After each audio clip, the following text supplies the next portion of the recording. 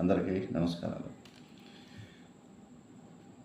ప్రతి గేమ్లో విజయము ఓటమి అనేది సహజం. ప్రతి కాంపిటీషన్లో ప్రతి పోటీలో విజయము ఓటమి అనేది సహజం. మనం ఏ పని చేసినా ఒక ఇద్దరు ఉన్నప్పుడు ఒక రెండు ఆస్పెక్ట్స్ ఇన్వాల్వ్ అయినప్పుడు ఒకటి గెలవడం ఒకటి ఓటం అనేది సహజం.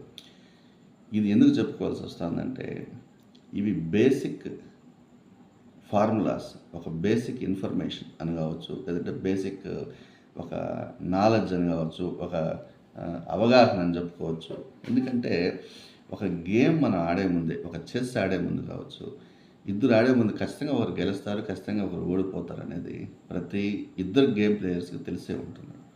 అలాంటప్పుడు గెలుపు పొందినప్పుడు ఎంత పాజిటివ్గా ఉంటామో, ఓడిపోయినప్పుడు కూడా దాన్ని సంయమనం చేసుకొని దాని యొక్క స్పిరిట్గా తీసుకొని ఒక పాజిటివ్గా తీసుకొని ముందుకెళ్ళాలి అనేది ఇద్దరు ప్లేయర్స్కి మినిమం ఉండాల్సినటువంటి ఒక కామన్ మెచ్యూరిటీ అనుకోవచ్చు, అవగాహన అనుకోవచ్చు.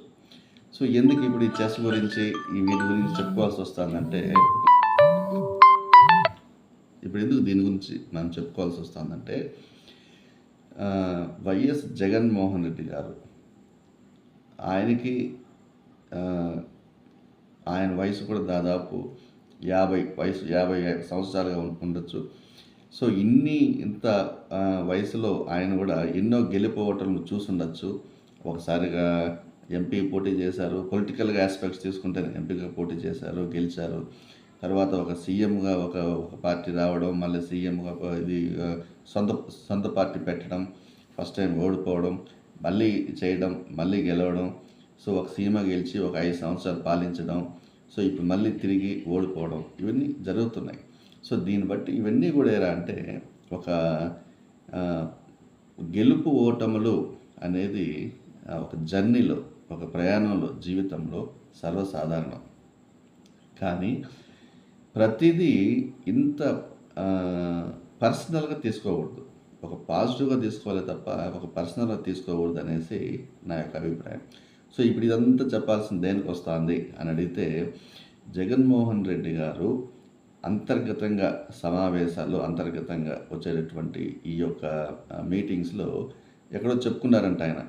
సో ఈ 40% ఓటింగ్ అని రాకపోయి ఉంటే హిమాలయాలకు వెళ్ళిపోయేవాడిని, మీరంతా ఏమై ఉండేవాళ్ళు, నా పరిస్థితే ఇట్లుంటే గ్రామాలు ఎలా ఉంది, మండలాలు ఎలా ఉంది అనేసి ఏదో తోటి నాయకులతో వాపోయారనేసి మనకు ఎక్కడో సమాచారం వస్తా, న్యూస్లో కూడా అక్కడక్కడ చెప్తున్నారు, హిమాలయాకి పోతున్నారంటే జగన్ అనేసి.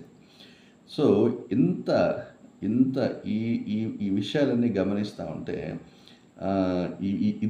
ఇదే విషయం కాదు, ఇంకా కొన్ని కూడా ఆయన ఓడిపోయిన తర్వాత నుంచి రీసెంట్గా ఈ వైసీపీ పార్టీ ఓడిపోయిన తర్వాత నుంచి ఆయన యొక్క బాడీ లాంగ్వేజ్ కావచ్చు, ముఖ కదలికలు కావచ్చు, ఆయన మాట్లాడేటటువంటి విధానం కావచ్చు, ఆ యొక్క ఫేస్లో ఒక తెలియని చాలా ఒక no positiveness, minus negative kind of impressions కావచ్చు, ఇవన్నీ కూడా చాలా ఒక నాయకుడికి ఉండాల్సినటువంటి లక్షణాలు అయితే కాదు. ఎందుకంటే ఇవన్నీ కూడా ఎలా అంటే గెలుపు ఓటములు సహజం. గెలుపు ఓటములు, ఒక వ్యక్తి గెలుస్తాడు, ఒక వ్యక్తి ఓడిపోతాడు, ఇవన్నీ జరగాల్సిన విషయాలే. ఇప్పుడు ఈ ఓడిపోయిన దానివల్ల నేను హిమాలయాకి వెళ్ళిపోతాను, ఓడిపోయిన దానివల్ల నేను ఏదో ఈవీఎం ట్యాంపరింగ్ జరిగిపోయినాయి, ఏదో ఇతరత్ర జరిగిపోయినాయి, లేదంటే గెలిచేవాడిని ఏదో నిందలేసి, ఏదో ఎక్కడికి పోయాను చేసి, బ్లాక్మెయిల్ చేసి, ఏదో అపోజిషన్ ఇకపోతే నేను అసెంబ్లీకి రాను, ఇట్లాంటివన్నీ కూడా చెప్పుకోవడం అనేది మెంటల్గా స్టాండర్డ్, మెంటల్గా మెచ్యూరిటీ లేకపోతేనే జరుగుతాయి. సో ఇంత వ్యక్తి ఒకప్పుడు 2019కి ముందు జగన్ మోహన్ రెడ్డి అంటే ఒక మొండితనం. అప్పట్లో సోనియా గాంధీ సెంట్రల్లో కాంగ్రెస్ అధికారంలో ఉన్నప్పుడే సోనియా గాంధీని ఎదిరించి పోరాడి కేసులు పెట్టుకుని జైల్లో 16 నెలలు ఉండి కరుడుగట్టి మొండిగా తయారై తర్వాత వచ్చి కూడా జనాల్లో మొండిగా తిరిగి ఒక మాస్ క్రేజ్ అయితే సంపాదించుకున్నాడు అని చెప్పడంలో ఎటువంటి అతిశయోక్తి లేదు. దీని అందరూ కూడా యాక్సెప్ట్ చేయాల్సిన విషయం. మరి అలాంటి మొండితనం, అలాంటి ఒక కమాండింగ్ ఉన్నటువంటి వ్యక్తి ఈరోజు ఇంతగా బలహీనపడటానికి కారణం ఏమి? ఇంతగా బలహీనంగా మాట్లాడడానికి, ఇంతగా బలహీనతగా కోల్పోవడానికి, ఆయనకున్నటువంటి సమయంను కోల్పోవడానికి ఏమైనా కారణాలు అయి ఉండొచ్చు? ఒక విధంగా ఆలోచించాలి. సో, ఆ 2019 కన్నా ముందున్నటువంటి డేరింగు, డైనమిక్, మొండితనం ఇప్పుడు ఏమైనాయి? ఎందువల్ల కోల్పోయినారు? సో, ఎక్కడో ఒక సమస్య, ప్రాబ్లం అయితే ఉంది. మేబీ ఆయన పరిపాలించిన విధానం చూసి ఆయనకే ప్రజలు ఏమన్నా తనను చేస్తారని భయమేస్తా ఉందా?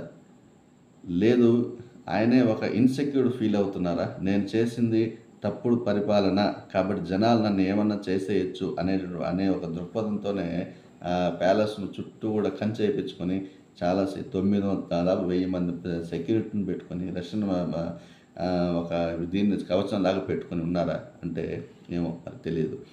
సో ఇవన్నీ కూడా ఎలా అంటే ఒక మనిషి గెలుపు ఓటములు సహజం అని తెలిసినప్పుడు కూడా ఇంత హుందాతనంగా ఉండటం లేదు అంటే ఏదో చాలా వ్యక్తిగతంగా, చాలా పర్సనల్గా తీసుకొని ఉండాలి. లేదు, అసలు రాజకీయాల మీద, ఈ యొక్క పరిస్థితుల మీద అవగాహన లేకుండా ఉండాలి. ఎంతోమంది పాలించారు, ఎంతోమంది ముఖ్యమంత్రులు అయినారు, ఎంతోమంది ఓడిపోయి ఉన్నారు. వాళ్ళందరూ కూడా చాలా లైట్గా తీసుకొని చాలా ప్రస్తావన ఉన్నారు కదా. సో ఇదొక్క కేసులోనే ఈయన ఒక్కసారి ఓడిపోయినందుకే, ఇదే ఒక ముఖ్యమంత్రి ఒకసారి అయ్యారు 5 సంవత్సరాలు, మళ్ళీ తిరిగి ఒకసారి ఓడిపోయారు. దీనికే ఓడిపోయినందుకే ఇంత డీలా పడడం అనేది మెంటల్గా స్టెబిలిటీ లేదు. ఖచ్చితంగా ఇది ఒక ముందున్నటువంటి ఒక లీడర్షిప్ ఉన్నటువంటి క్వాలిటీస్ అయితే కాదు. ధన్యవాదాలు.